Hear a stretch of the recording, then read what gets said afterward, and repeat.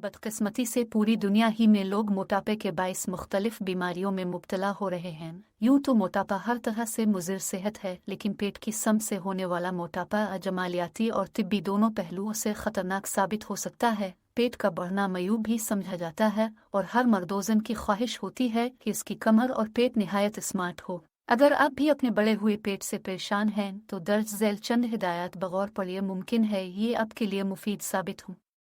पहली वर्जिश। पेट के बिल्कुल सीधे फर्श पर लेट जाएं, दोनों हाथों को अपने पहलुओं के साथ रखें और दोनों टांगों को आपस में जोड़कर फर्श पर रखें। फिर सांस अंदर खींचकर घुटनों को खम देकर दोनों टांगें बैक वक्त इकट्ठी कर लें। इसके बाद चंद सेकंड फर्श पर रख दें और फिर यही अमल 5 मिनट तक दोहराएं। याद रहे कि दौरान वर्जिश टांगों को इतना फोल्ड करें कि आपके पांव कूल्हों को छुएं। सांस लेने और खारिज करने में भी मुनासिब वक्त और वक्फे का खास ख्याल रखें, यानी टांगें अलिफाटती वक्त सांस अंदर खींची और नीचे फर्श पर टुकती वक्त सांस खारिज करें। दूसरी वर्जिश। आप इसी तरह पुश्त के बिल फर्श पर लेटे टांगें बिल्कुल सीधी फर्श पर बाहम मिलाकर रखें और दोनों हाथ सर के पीछे बांध लें। सांस को अंदर खींचकर टांगों और कूल्हों को फर्श से अलिफाटे बगैर अपने बालाई जिस्म को फर्श से ऊपर अलिफाटे और जितना मुमकिन हो सके कमर को और खुसूसन सर को घुटनों की तरफ झुका दें।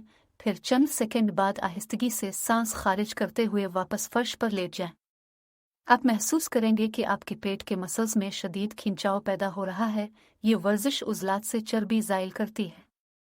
पहले पहल फरबा लोगों को ये वर्जिश करना कठिन लगता है, लेकिन रफ्ता रफ्ता जिस्म में लचक पैदा होने लगती है और इस मश्क की आदत हो जाती है। बहुत देर तक नहीं, खाली पेट के साथ 5 से 7 मिनट रोज़ाना इस मश्क को दोहराएं और खाने पीने में एहतियात जारी रखें। कोशिश करें कि 3 की जगह 6 बार मगर मामूल से कम ग़िज़ा लें। रोज़ाना कुछ देर पैदल चलें। खाने में फलों और सब्जियों के सूप का इजाफा कर दें। ओलिव ऑयल का इस्तेमाल करें। इस तेल से दिल के अमराज पैदा होने और मोटापा चढ़ने का खदशा नहीं रहता।